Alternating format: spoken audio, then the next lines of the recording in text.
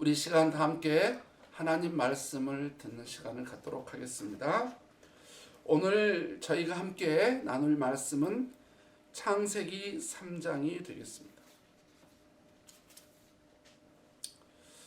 창세기 3장입니다. 구약 성경 창세기 3장입니다. 첫 번째 성경이죠. 구약 첫 번째 성경인 창세기 3장 1절부터 11절까지 말씀을 보도록 하겠습니다. 창세기 3장 1절부터 11절입니다. 자, 다 찾으신 줄 믿고 제가 여러분에게 봉독해 드리도록 하겠습니다.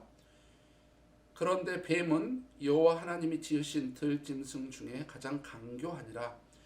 뱀이 여자에게 물어 이르되 하나님이 참으로 너희에게 동산 모든 나무의 열매를 먹지 말라 하시더냐? 여자가 뱀에게 말하되 동산 나무의 열매를 우리가 먹을 수 있으나 동산 중앙에 있는 나무의 열매는 하나님의 말씀에 너희는 먹지도 말고 만지지도 말라 너희가 죽을까 하노라 하셨느니라. 뱀이 여자에게 이르되 너희가 결코 죽지 아니하리라. 너희가 그것을 먹는 날에는 너희 눈이 밝아져 하나님과 같이 되어 선악을 알 줄 하나님이 아심이니라. 여자가 그 나무를 본즉 먹음직도 하고 보암직도 하고 지혜롭게 할 만큼 탐스럽기도 한 나무인지라. 여자가 그 열매를 따먹고 자기와 함께 있는 남편에게도 주매 그도 먹은지라. 이에 그들의 눈이 밝아져 자기들이 벗은 줄을 알고 무화과 나무 잎을 엮어 치마로 삼았더라. 그들이 그날 바람이 불 때 동산에 거니시는 여호와 하나님의 소리를 듣고 아담과 그의 아내가 여호와 하나님의 낯을 피하여 동산 나무 사이에 숨은지라. 여호와 하나님이 아담을 부르시며 그에게 이르시되 내가 어디 있느냐? 이르되 내가 동산에서 하나님의 소리를 듣고 내가 벗었으므로 두려워하여 숨었나이다. 이르시되 누가 너의 벗었음을 내게 알렸느냐? 내가 내게 먹지 말라 명한 그 나무 열매를 내가 먹었느냐? 오늘 저는 말씀을 통해서 아담아 네가 어디 있느냐?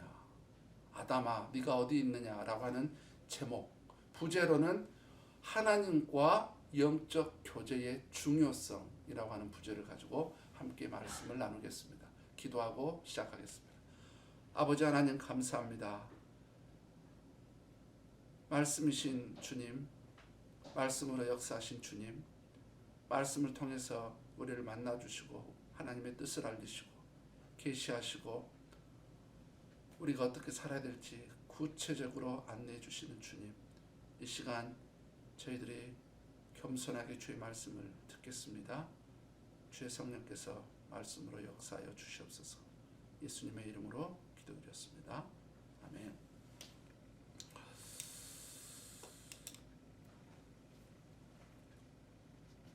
우리가 잘 알고 있는 솔로몬 왕이 잠언에서 이런 말을 했습니다.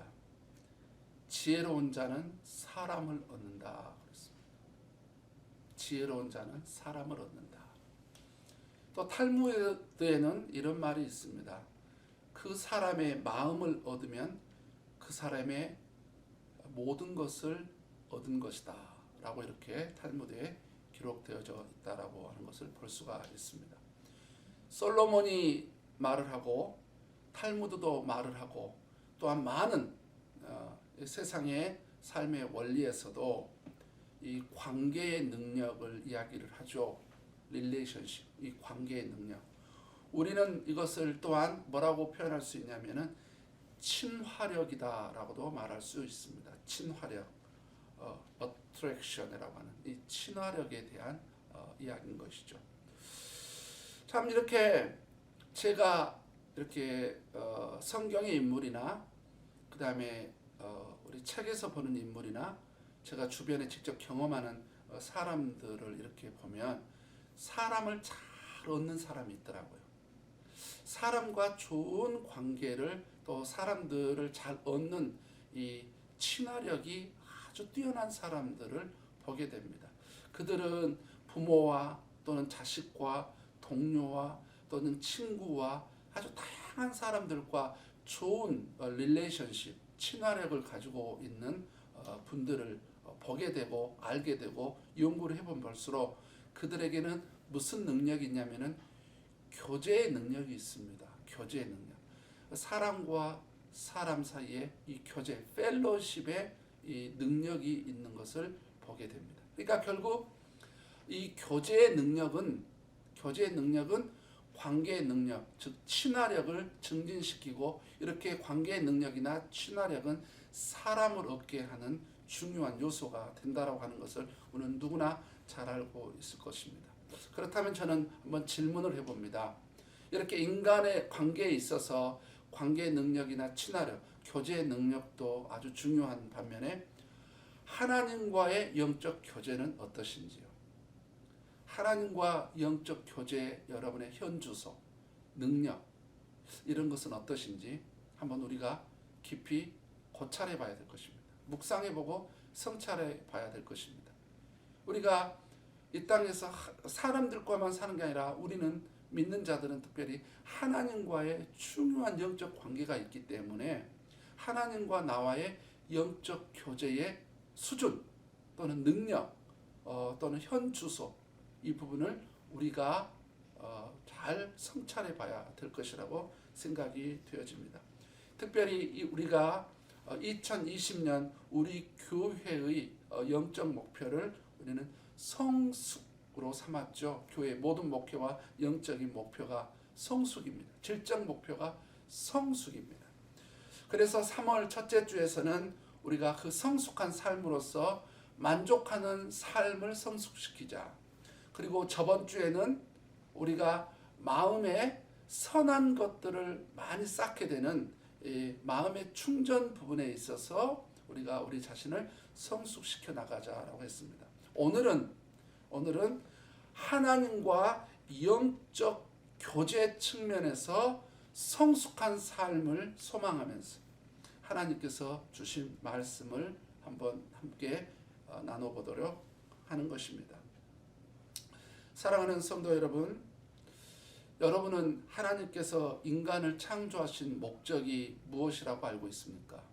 우리는 그냥 일반적으로 크게 그냥 하나님의 영광을 위해서 단지 그게 단순하고 이거는 또 본질적이기도 하죠. 가장 근본적인 목적이기도 합니다. 그러나 성경을 보면 비단 이 근본적이고 본질적인 원초적인 이런 목적 외에도 하나님께서 인간을 창조하신 목적을 몇 군데 이렇게 말하고 있고 소개하고 있는 것을 보게 되죠. 에베소서 2장 같은 경우는 뭐라고 했습니까? 2장 10절 같은 경우는 하나님의 선한 일을 위하여 우리를 창조하셨다. 이렇게 기록이 되어져 있죠. 이사야 43장과 고린도전서 10장 같은 경우는 제가 앞에서 말한 것처럼 하나님의 영광을 위해서 우리를 창조했다라고 하는 것을 우리는 알 수가 있습니다.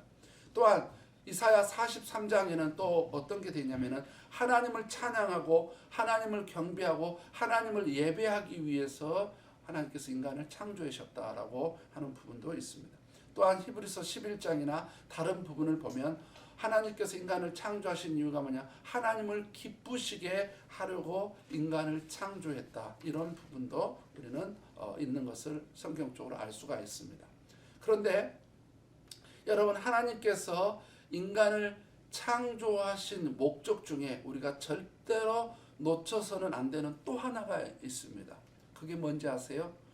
그것이 바로 하나님께서 인간과 영적으로 교제를 하기 위해서, 하나님과 인간의 영적 교제를 위해서 하나님께서는 인간을 창조하셨다는 거죠. 창조의 목적과 이유가 바로 거기에 있다는 겁니다. 하나님과 영적 교제를 하기 위해서 말이지요. 이 부분을 설명해 주고 있는 말씀들이 성경에 여러 구절이 있는데 그 중에 제가 두 구절만 소개하자면 고린도전서 1장 9절에서는 이렇게 되어 있습니다.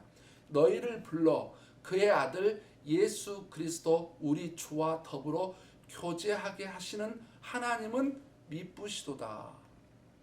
우리를 구원받기 위해서 누구랑? 우리 예수 그리스도, 바로 우리 예수 그리스도 주님과 교제하게 하시는 우리 하나님은 미쁘시다 라고 되어 있고요. 요한일서 1장 3절에서는 우리가 보고 들은 바를 너희에게도 전함은 너희로 우리와 사귐 있게 하려 함이니 우리의 사귐은 아버지와 그의 아들 예수 그리스도와 더불어 누림이라 그랬습니다.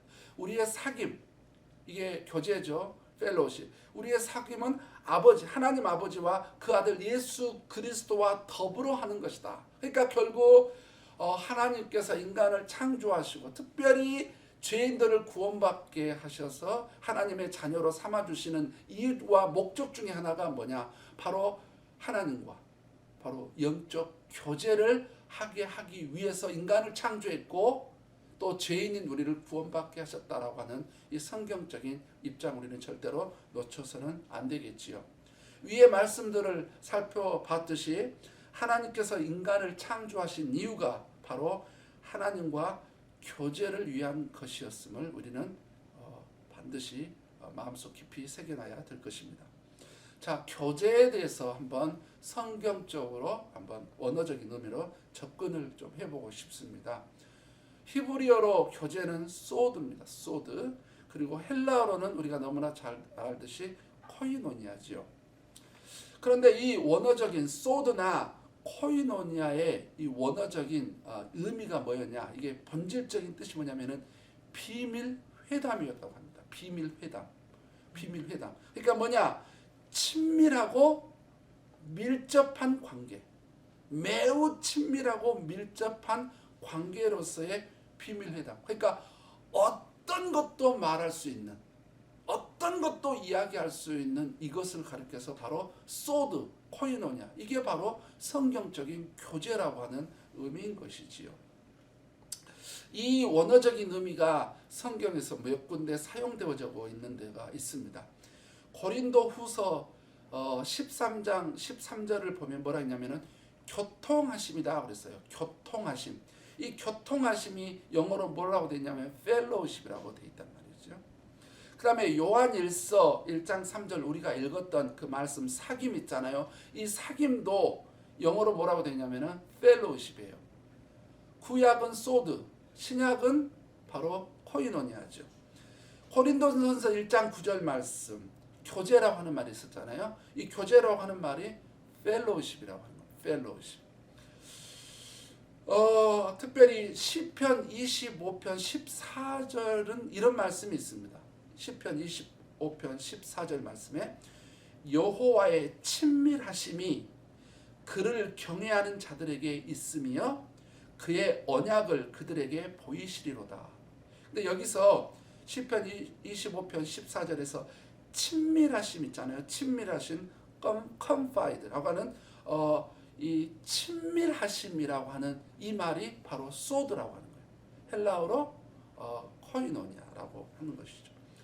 하나님께서는 인간과 이렇게 아름답고 친밀한 교제를 통해서 좋은 관계, 굿 릴레이션십을 맺기 위해서 바로 우리를 창조하셨다라고 하는 사실인 것입니다. 저는 신앙생활을 해가고 그 다음에 말씀을 보면 볼수록 성경에 기록되어 있는 이 말씀들의 의미가 이제는 좀 더 이해가 되는 것 같아요. 예전보다 좀 더 깊이 이해가 되는 것 같습니다. 자, 그 말씀들이 어떤 거냐면은 요한복음 우리가 15장 1절 5절 제가 송영에도 4, 5절 말씀을 드렸는데 요한복음 15장은 어떤 비유가 나옵니까? 우리가 잘 알듯이 포도나무와 열매에 비유해서 가지는 포도나무에 붙어 있어야만이 열매를 맺을 수 있다. 이 의미를 이제는 조금은 알 것 같습니다. 구약 성경에 역대하 7장 14절을 보면 내 백성이 내 얼굴을 찾으면, 그 다음에 욥기 8장 7절에서도 네가 만일 하나님을 찾으며, 이사야 26장 9절에서도 밤에 내 영혼이 주를 사모하여 싸운즉 내 중심이 주를 간절히 구하오니, 내 중심이 주를 간절히 구하고 내 영혼이 주를 사모한다. 시편 42편 1절 말씀 찬양에도 있듯이 하나님이여 사슴이 시냇물을 찾기에 갈급함 같이 내 영혼이 주를 찾기에 갈급하나이다. 위의 말씀들처럼 하나님을 찾고 구한다는 의미를 이제는 조금은 알 수 있을 것 같습니다. 예수님의 포도나무 비유도 그렇고 구약시대의 영적 거장들의 한결같은 소망이 무엇이었습니까? 이 모두가 하나님과의 영적 교제가 얼마나 중요한지를 보여주고 있는 말씀들인 것입니다. 창세기 1장부터 2장에서 우리는 하나님께서 인간을 처음 창조했을 때의 모습 또는 그 사건들과 오늘 본문에 사탄의 유혹으로 죄를 지어 타락한 인간의 모습을 보면서 하나님께서 인간을 창조하신 본질적 목적 중 하나가 바로 하나님과의 영적 교제였다라고 하는 그 차원에서 우리가 그 의미와 그 중요성을 함께 살펴보려고 하는 것입니다.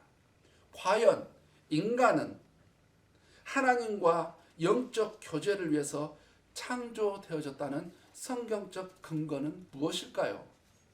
우리 창세기 1장부터 오늘 3장에 이르기까지 저는 그 부분을 한번 살펴보려고 하는 것입니다. 자, 첫 번째입니다.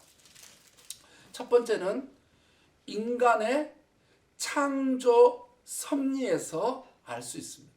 인간의 창조 섭리에서 그것을 알 수가 있죠. 자, 제가 1장 26절로 27절 읽어보겠습니다. 여러분 함께 보시죠. 자, 창세기 1장 26절로 27절입니다. 하나님이 이르시되 우리의 형상을 따라 우리의 형상대로 우리가 사람을 만들고 그들로 바다의 물고기와 하늘의 새와 가축과 온 땅과 땅에 기는 모든 것을 다스리게 하자 하시고 하나님이 자기 형상 곧 하나님의 형상대로 사람을 창조하시되 남자와 여자를 창조하시고 이렇게 기록되어 있습니다. 우리는 이 말씀에서 하나님께서 인간을 어떤 모습으로 창조했는지를 알 수 있는데요. 성부, 성자, 성령 이 삼위일체 하나님께서는 인간을 당신의 형상대로 창조하셨다라고 기록하고 있습니다. God's image. 그렇다면 우리는 질문을 할 수 있겠죠. 하나님의 형상이란 도대체 무엇인가? 하나님의 형상이란 하나님의 성품을 소유한 존재를 의미합니다. 하나님의 성품을 소유한 존재. 동물에게는 없는 하나님에게만 있는 어떤 성품을 소유한 존재로 인간을 창조했다라고 하는 게 바로 하나님의 형상대로 인간을 창조했다라고 하는 의미인 것이죠. 그러면 우리는 더 나아가 질문을 또 하게 되겠지요. 어떤 질문을 하게 될까요? 그러면 하나님과 같은 성품을 인간이 소유한 것이라면 그러면은 이 성품 하나님에게만 있고 그 다음에 하나님께서 인간에게 부여해 주는 또 인간이 소유하고 있는 도대체 이 성품은 어떤 것들인가? 어떤 것들이 바로 하나님의 성품이라고 말할 수 있는가? 많은 신학자들과 목회자들과 성경은 이런 하나님의 성품에 대하여 이러한 부분을 설명하고 있죠. 도덕성. 동물에게는 없습니다. 도덕과 윤리가 없어요. 인간에게는 도덕성이 있습니다. 왜요? 하나님에 의해서 창조됐기 때문에 그렇습니다. 하나님의 성품을 가지고 있죠. 통치성입니다. 여러분 통치성은 뭡니까? 다스리는 거죠. 관리하는 거죠. 하나님께서는 이 세상 우주 만물을 주관하죠. 인간에게는 통치성을 하나님께서 부여해 준 거죠. 유일성입니다. 유니크. 여러분 하나님이 한 분이시잖아요. 그런데 이 많고 많은 인간 중에 같은 인간이 아무도 없다는 거 아세요? 이 유일성의 어떤 그런 성품을 준 겁니다. 그 다음에 관계성입니다. 릴레이션십입니다. 인간은 누군가 커뮤니티, 관계를 해야 됩니다. 왜냐하면 성부, 성자, 성령 하나님께서 공동체 하나님으로 계셔서 관계를 하듯이 인간은 하나님의 성품대로 창조를 받았기 때문에 반드시 누군가와 관계를 맺어야만이 진정한 인간의 의미와 행복을 찾을 수 있는 거죠. 아이덴티티가 해결이 되는 겁니다. 이 관계성을 부여해 준 것이지요. 또 뭐가 있을까요? 창조성도 있습니다. 하나님이 창조자잖아요. 그리고 창조하셨잖아요. 그러니까는 동물에게는 없는 놀라운 창조력이 있습니다. 인간에게는. 그래서 보세요. 인간이 얼마나 많은 것들을 창조하고 만들어가는지요. 이성적 존재.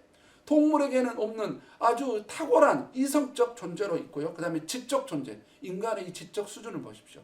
하나님께서는 전지하시잖아요. 전지. 모든 것을 하나님 아시잖아요. 그런데 인간에게는 전지성은 주지 않았지만 이 지적인 능력을 인간에게도 부여해 준 거죠. 그 다음에 인간에게는 또 어떤 게 있습니까? 자유의지적 존재죠. 내가 선택할 수 있는, 초이스할 수 있는. 하나님께서 당신의 마음대로, 당신의 뜻대로 주관하듯이 인간에게는 그 자유의지의 성품을 인간에게 부여를 해 준 겁니다. 자, 그런데 우리가 절대로 놓치지 말아야 할 하나님의 성품, 즉 동물에게는 없는 인간에게만 있는 성품 중에 또 하나가 있는데 그게 뭔지 아세요? 바로 영적 존재라는 겁니다. 영적 존재로 인간을 창조한 겁니다. 영적 존재라는 말은 무슨 말일까요?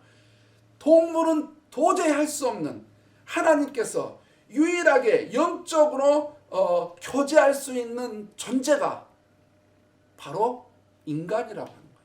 인간을 영적 존재로 만들었기 때문에 영이신 하나님께서는 인간과 영적인 교제를 할 수가 있게 됐던 것입니다. 그래서 동물은 안 되는 겁니다. 영적인 존재가 아니기 때문에 그러는 것이죠.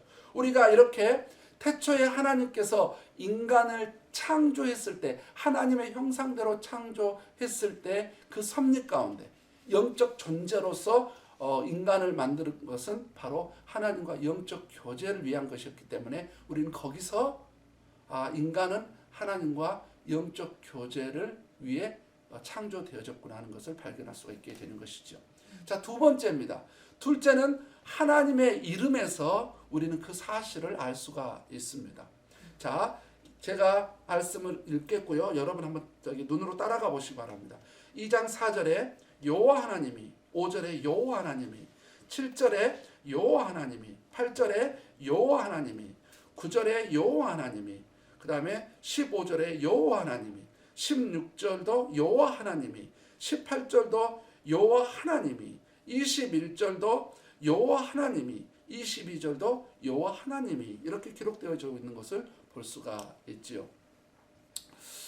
여러분, 우리가 여호와 하나님이라고 하는 이 이름을 잘 이해할 필요가 있습니다.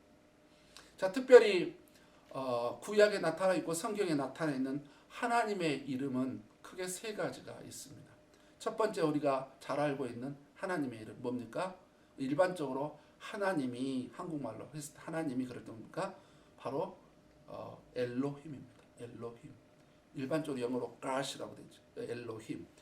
이거는 엘로힘이라고 할 때는 어쩔 때 이 히브리 문화나 히브리 성경에서, 그리고 성경적 의미에서 그때 그 당시에 엘로힘은 어쩔 때 쓰여지는 이름이었냐면은 온 우주 만물을 창조하시는 분. 그다음 우주 만물을 창조하셨기 때문에 그 우주 만물을 주관하고 이렇게 주권자로서 계시는 분. 그래서 1장에 보면 하나님이 이렇게 되어지는 것을 우리가 볼 수 있게 될 것입니다. 그 다음에 이제 창세기 2장부터 드러나 있는 여호와 또는 야훼라고 하는 이분은 어떤 분으로 이렇게 설명할 때 여호와 하나님의 이름을 쓰게 되냐면은 말씀하신 분 또는 관계를 맺는 분, 인간과 관계를 맺는 분, 인간에게 말씀하실 때는 항상 이렇게 여호와 하나님이 이르시되 이런 말씀을 많이 기록하고 있다는 거죠. 그 다음에 또 하나님의 이름이 뭐냐면 아도나이가 있죠. 아도나이. 이건 뭐냐면 아도나이는 뭐냐면은 주, 그러니까 주인으로서 왕으로서 표현할 때 아도나이, 하나님의 이름을 아도나이. 그러니까 이름을 부를 때 엘로힘이라고 부를 때 의미와 여호와 야훼라고 부를 때와 아도나이라고 부를 때는 약간 이렇게 다른 한 분이시지만 다른 의미를 가지고 불렀었다는 것이죠. 그런데 오늘 우리가 2장에서 등장하고 있는 하나님의 이름, 야훼, 여호와 이름, 이 부분을 우리가 잘 이해하고 숙지해야 된다는 것이죠. 자, 1장에서는 하나님이 그러다가 2장에서 여호와 하나님이 이렇게 바뀐다는 거죠. 이것에 대해서 벨하우젠이라고 하는 신학자는 이거 뭐냐면은 창세기가 4개의 문서로 이렇게 편집된 거다. 그래서 1장은 이 문서 엘로힘이니까, 그 다음에 2장부터는 또 야훼 문서 이런 게 있어갖고 여러 가지 4가지의 문서가, 창세기는 4가지 이렇게 문서가 이렇게 편집돼 가지고 만들어진 거라고 하는 아주 쓸데없고 말도 안 되는 그런 이론을 하게 된 것이죠. 자, 왜 그런지 제가 알려드리겠습니다. 자, 여러분, 여호와 하나님의 그 이름의 의미가 뭐라고 그랬어요? 제가 여러분에게 앞에서 말씀드린 대로 여호와 하나님의 이름의 의미는 인간과 말씀을 주고받는, 인간과 관계를 맺는 관계의 하나님을 의미할 때 바로 여호와 하나님의 이름을 사용했다는 것입니다. 특히 2장 16절을 보십시오. 뭐라고 되어 있습니까? 2장 16절을 보면 여호와 하나님이 그 사람에게 명하여 이르시되 18절에도 여호와 하나님이 이르시되 이렇게 기록되어 있잖아요. 이렇게 되어 있지 않습니까? 자, 이렇게 기록되어진 걸 보면 1장에서는 그냥 하나님께서 일방적으로 명령 선포하시는 반면에 2장에서 여호와 하나님이라고 할 때는 아담에게, 하와에게 구체적으로 말씀하고 있는 하나님, 관계를 맺고 있는 하나님임을 볼 수가 있습니다. 그래서 편집이 아니라 이것은 그래서 바로 이렇게 여호와 하나님이라고 할 때는 이런 의미를 가지고 있었던 거지, 바로 어떤 문서가 편집된 게 아니라는 것이죠.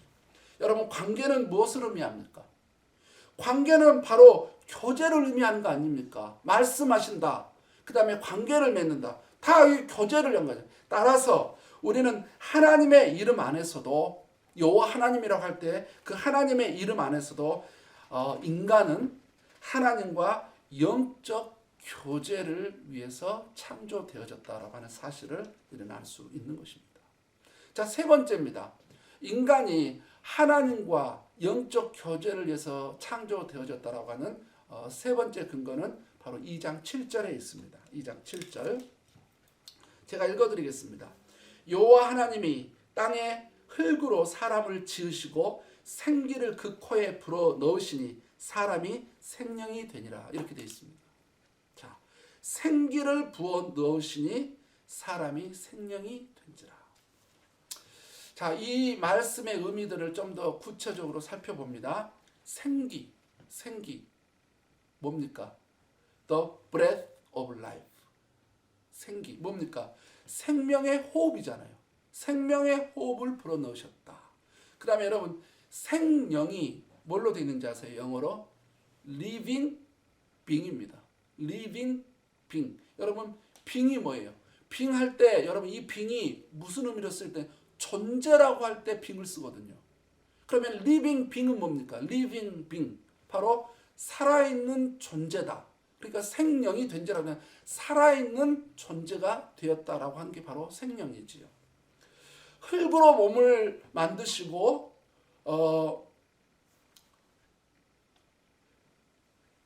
코를 통해 하나님께서 생명의 호흡을 불어넣었더니 하나님의 성품을 소유한 살아있는 존재로 탄생되어진 게 바로 인간입니다. 생명의 호흡을 하는 살아있는 존재로서 인간. 살아있는 존재는 반드시 무엇인가와 관계를 맺습니다. 반드시 관계를 맺습니다. 물고기는 물이 필요하죠. 관계를 위해서.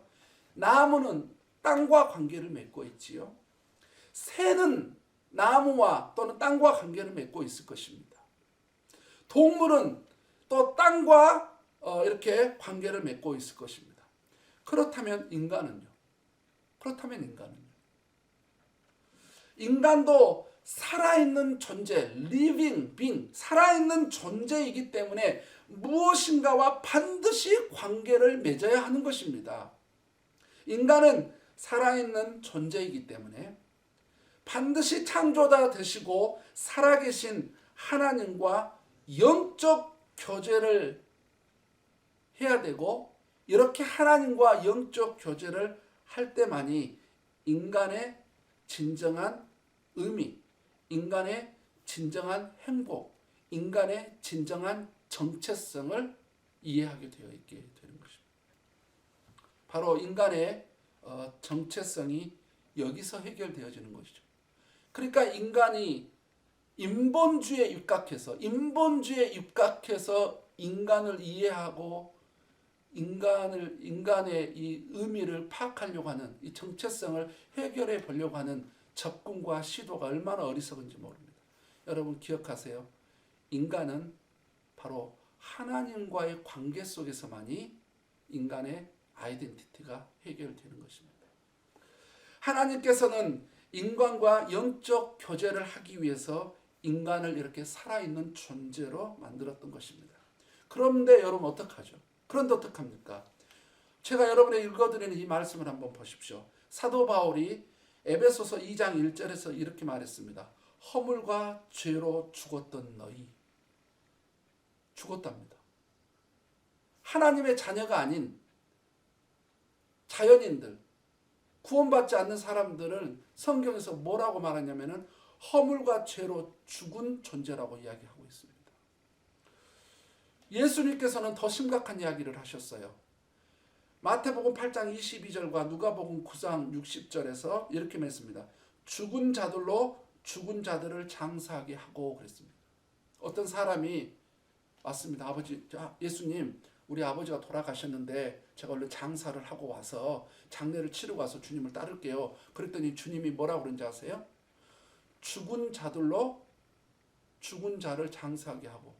뭡니까? 그럼 죽은 자가, 여기서 전자의 죽은 자는 뭡니까? 일반 자연인을 말하는 거죠. 죽은 자들로 죽은 자를 장사하게. 뒤에 죽은 자는 육체적 생명이 끊어진 자를 말하는 겁니다. 그러면 여러분 보십시오. 사탄의 유혹으로 죄를 지은 인간은 뭐라고 말하고 있습니까? 사탄의 유혹으로 죄를 지은 인간은 죽은 존재다. 영적으로 죽은 존재다라고 말하고 있다는 겁니다. 영적으로 기능이 상실해버린 것이죠. 안타깝습니다. 예수님만이 살릴 수 있습니다. 그래서 구원을 받아야만이 다시 회복될 수 있는 것이지요. 네 번째입니다. 하나님께서 인간을 영적 교제를 위해, 하나님과 인간의 영적 교제를 해서 인간을 창조했다라고 하는 그 실마리를 또 풀어주는 네 번째는 바로 이제 제가 여러분에게 읽어드린 창세기 2장 8절, 9절, 10절, 15절인데 바로 에덴 동산을 만드신 이유입니다. 에덴 동산을 만드신 이유에서 그 이유를 찾을 수 있습니다. 제가 8절 읽어봅니다. 여호와 하나님이 동방의 에덴에 동산을 창설하시고 그 지으신 사람들을 거기 두시니라. 9절에도 여호와 하나님이 그 땅에서 이렇게 돼 있죠. 에덴이죠. 10절을 보십시오. 강이 에덴에서 흘러나와 동산을 적시고, 에덴 동산 등장하죠. 15절에서도 여호와 하나님이 그 사람을 이끌어 에덴 동산에 두어 그것을 경작하게 하며 지키게 하시고, 이렇게 나와 있는 것을 볼 수가 있습니다. 사랑하는 성도 여러분, 여러분은 에덴 동산을 어떤 것으로 알고 있나요?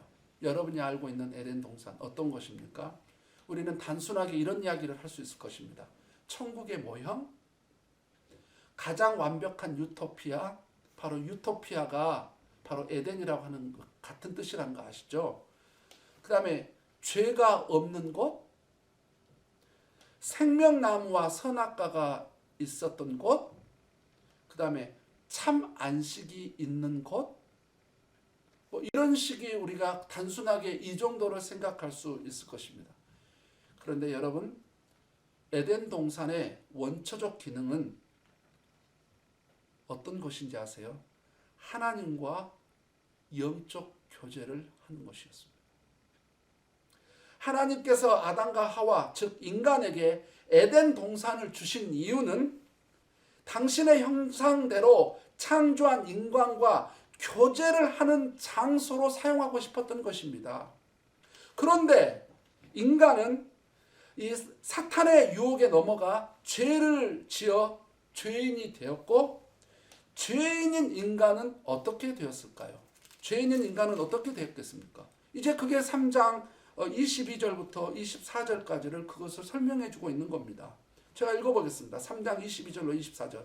여호와 하나님이 이르시되 보라, 이 사람이 선악을 아는 일에 우리 중 하나같이 되었으니 그가 우리 손을 들어 생명나무 열매를 따먹고 영생할까 하노라 하시고, 여호와 하나님이 에덴 동산에서 그를 내보내어 그의 근원이 된 땅을 갈게 하시니라. 이같이 하나님이 그 사람을 쫓아내시고 에덴 동산 동쪽에 그룹들과 두루 도는 불칼을 두어 생명나무의 길을 지키게 하시니라. 이렇게 되어 있는 것을 볼 수가 있습니다. 결국 에덴 동산에서 쫓겨났습니다. 하나님이 아담과 하와를 에덴 동산에서 쫓아내신 이유는 무엇입니까? 거룩하신 하나님께서는 죄인인 인간과 친밀하고 자연스러운 교제를 할 수 없었기 때문에 그렇습니다. 그래서 세상으로 내보내버린 거예요. 에덴 동산에 둘 수 없는 겁니다. 그 후로는 어떻게 됩니까? 그 후로는 에덴에서 쫓겨나버린 인간은 그 후로는 어떻게 됐습니까? 바로 4장 26절을 보면 그게 나와 있는데요. 4장 26절에 이렇게 되어 있죠. 셋도 아들을 낳고 그 이름을 에노스라 하였으며 그때 사람들이 비로소 여호와의 이름을 불렀더라. 비로소 여호와의 이름을 불렀더라. 에노스라고 하는 이름의 뜻이 연약한 인간이라는 뜻이거든요. 이제 드디어 인간들이 뭘 깨달았냐면은 인간은 연약한 존재구나. 연약한 인간이구나. 연약한 사람이구나. 이것을 깨닫게 돼서 이름도 그렇게 지었고, 이제 연약한 존재를 깨닫게 되니까 뭐냐면은 하나님을 찾기 시작한 거예요. 하나님의 이름을 부르기 시작했다라고 하는 것입니다. 그러면 에덴과 이 세상이, 에덴 밖에 어떤 차이가 있는지 아세요? 에덴은 하나님과 자연스럽게 영적 교제가 아주 자연스럽게 친밀하게 아름답게 자연스럽게 형성되는 것이고, 이제 에덴 밖은 어떠냐? 특별한 노력을 하지 않으면, 인간이 특별하게 막 열심히 하고 노력을 하지 않으면 하나님과 영적 교제를 맺을 수 없는 장소가 바로 에덴 밖이고, 에덴 동산은 자연스럽게 영적 교제가 이루어지는 것이라는 것을 우리는 알 수가 있습니다. 여러분, 이것을 알게 되면 왜 인간에게 구원자, 중보자가 필요했는지를 알게 될 것입니다. 또한 천국은 왜 하나님과 자연스럽게 친밀한 영적 교제가 이루어지는지를 비로소 이해하게 될 것입니다. 에덴 동산, 그것은 하나님과 영적 교제가 있었던 곳이었습니다. 그래서 우리는 에덴 동산을 만들어 주신 그 이유에서 바로 하나님은 인간과 영적 교제를 위해서 인간을 창조했다고 하는 사실. 마지막으로 인간이 하나님과 영적 교제를 위해서 창조되어졌다고 하는 마지막 부분은 오늘 본문에서 우리는 알 수 있습니다. 오늘 본문, 특별히 8절부터 11절을 보면 그들이 그날 바람이 불 때 동산에서 거니시는 여호와 하나님의 소리를 듣고 아담과 그의 아내가 여호와 하나님의 낯을 피하여 동산 나무 사이에 숨은지라. 여호와 하나님이 아담을 부르시며 그에게 이르시되 네가 어디 있느냐. 이르되 내가 동산에서 하나님의 소리를 듣고 내가 벗었으므로 두려워하여 숨었나이다. 이르시되 누가 너의 벗었음을 내게 알렸느냐. 내가 내게 먹지 말라 명한 그 나무를 내가 먹었느냐. 이렇게 말씀하고 있습니다. 하나님의 형상대로 창조되어 하나님과 영적 교제를 하게 된 인간, 여호와 하나님께서 친밀하고도 밀접한 관계로서 여겨주시면서 영적 교제를 하게 된 인간, 하나님으로부터 생명의 호흡을 받아 살아있는 존재로서 하나님과 영적 교제를 하게 된 인간, 하나님으로부터 에덴을 선물로 받아 하나님과 친밀한 영적 교제를 하게 된 인간, 이렇게 하나님과 영적 교제를 위해 창조된 인간을 유혹하여 넘어뜨리려는 존재가 있었으니 바로 그 이름하여 마귀라고도 불리는 사탄인 것입니다. 오늘 본문에서와 같이 사탄이 인간을 유혹한 분명한 이유와 분명한 목적이 있습니다. 왜요? 그것은 하나님의 말씀에 불순종하여 죄를 짓게 함으로써 하나님과 영적 교제를 단절시키기 위해서 바로 사탄이 인간을 유혹해서 죄를 짓게 했던 것입니다. 그래서 요한복음 10장에서는 사탄의 존재 목적이 인간을 죽이고 멸망시키는 존재라고 이야기하고 있지 않습니까? 오늘 우리가 금방 읽은 창세기 3장 8절로 11절에서 죄인이 된 인간이 하나님을 낯을 피해 숨었다라고 하는 그 의미가 뭘까요? 하나님의 낯을 피해 숨었다. 그것은 하나님과 친밀한 영적 교제를 위해 지음을 받은 인간이 죄 때문에 인간의 본질적인 존재 목적과 이유를 상실해 버림으로써 창조자 되시고 주인 되시는 하나님과 영적 교제가 단절되어져 버렸다라고 하는 것을 의미하는 것입니다. 이때부터 인간은 지금까지도 내가 벗었으므로 자신의 죄가 하나님 앞에서 적나라하게 드러날까 봐 하나님이 두려워서 거룩하신 우리 하나님을 피해 숨어서 살아가고 있는 것입니다. 하나님이 두려워서 자기 죄가 적나라하게 드러날까 봐 숨어 살아가고 있는 거예요. 하나님 앞에 나오지 않는 것은, 죄인들이 하나님 앞에 나오지 않는 것은 죄로 인한 두려움 때문인 것입니다. 그래서 로마서 1장에 죄인들이 그들의 마음에 하나님 두기를 싫어한다라고 기록되어 있지요.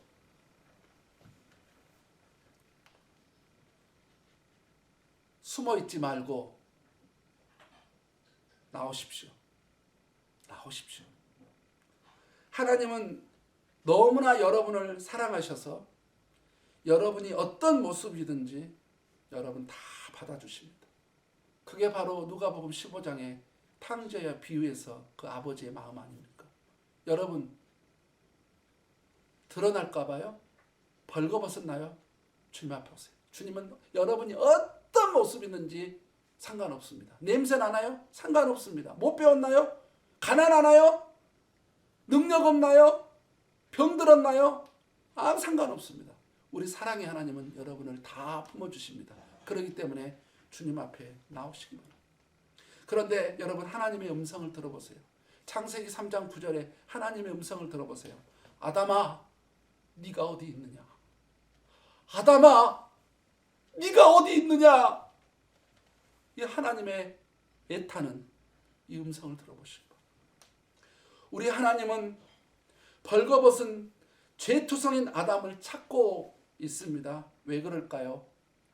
하나님은 아담과 교제를 하고 싶어 하십니다.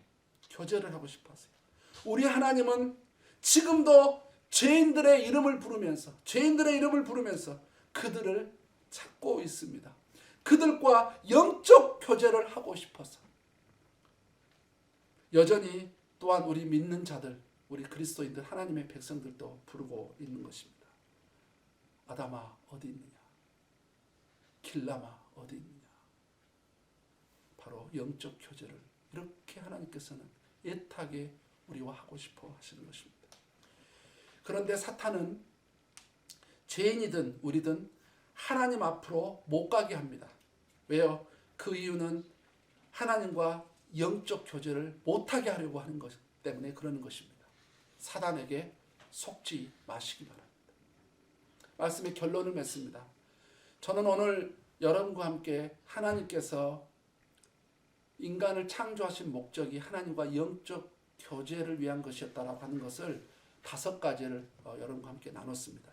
창조의 섭리 차원에서, 그 다음에 하나님의 이름에서, 그 다음에 생명이 된 존재에서, 그 다음에 에덴 동산을 주신 이유에서, 그 다음에 사탄의 인간을 유혹한 그 목적에서 그것을 살펴봤습니다. 여러분, 하나님과 영적 교제가 우리에게 주는 유익은요, 성경을 살펴보니까 너무 많아요. 하나님과 영적 교제가 주는 그 유익들, 의의가요 대단합니다. 대략 한 10가지를 보면 이렇습니다. 하나님과 친밀해집니다. 하나님의 음성을 듣습니다. 하나님의 뜻을 깨닫게 되지요. 하나님을 깊이 알아갑니다. 하나님과 동행하게 됩니다. 성령 충만한 삶을 살지요. 영적으로 성숙해 갑니다. 하나님께 쓰임을 받지요. 또 하나님 앞에서 성결한, 거룩한, 청결한 삶을 살게 됩니다. 더 나아가 마지막으로 영혼과 몸이 건강해지기도 합니다. 이렇게 하나님과의 영적 교제가요, 이렇게 중요합니다.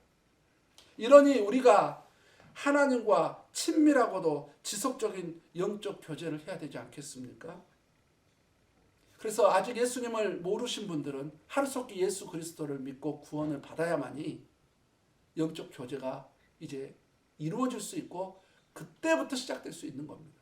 그게 가능한 겁니다. 그래야만 가능합니다. 우리 믿는 자들, 우리 예수 그리스도를 믿는 사람들 잘 생각해 봐야 됩니다.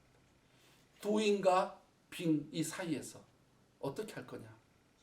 우리가 뭔가를 하는 거, 그 다음 내가 어떤 사람이 되는 거. 여러분 기억하세요. 우리 하나님께서는 여러분이 뭐 엄청난 뭔 일을 하는 것보다 우선적으로 여러분이 하나님 앞에서 어떤 사람이 될 거냐. 이 being에 더 관심이 있다는 거예요. 여기다 더 큰 관심을 해요. being이 어떤 겁니까? 하나님과 영적 교제를 하는 존재로서 나. 하나님은 여기에 더 초점이 맞춰져 있다는 것. 이것이 우리 신앙의 가장 궁극적이고 본질적인 중요한 부분이라는 것을 우리는 기억해야 될 것입니다. 저는 이제 다음 주가 고난주간 주일이어서 십자가에 대해서, 그리고 그 다음 주는 부활절이기 때문에 이 부활에 대해서 한 다음에 이 부활절을 지나고 나서 그 다음에 이 부분에 대해서 또 말씀을 이어갈 것입니다. 그때에는 제가 실제적으로 하나님과 영적 교제를 했던 사람을 소개하면서 성경적으로 하나님과 영적 교제가 어떻게 변천되어 왔는지, 어떻게 그렇게 변화되어 가고 이게 또 구체적으로 이렇게 흘러갔는지 그거하고, 그 다음에 하나님과 영적 교제를 할 수 있는 실제적인 방법들에 대해서 여러분들에게 안내를 해 드릴 것입니다. 사랑하는 여러분, 저는 주님의 이름으로 여러분에게 부탁드립니다. 하나님과 영적 교제를 성숙시켜 나가시기를 바랍니다. 기도하겠습니다. 아버지 하나님 감사합니다. 주의 백성들이 주의 말씀을 들었습니다. 주의 시간 주의 성령께서 이 말씀이 말씀되게 역사하여 주시옵소서. 예수님의 이름으로 기도드렸습니다.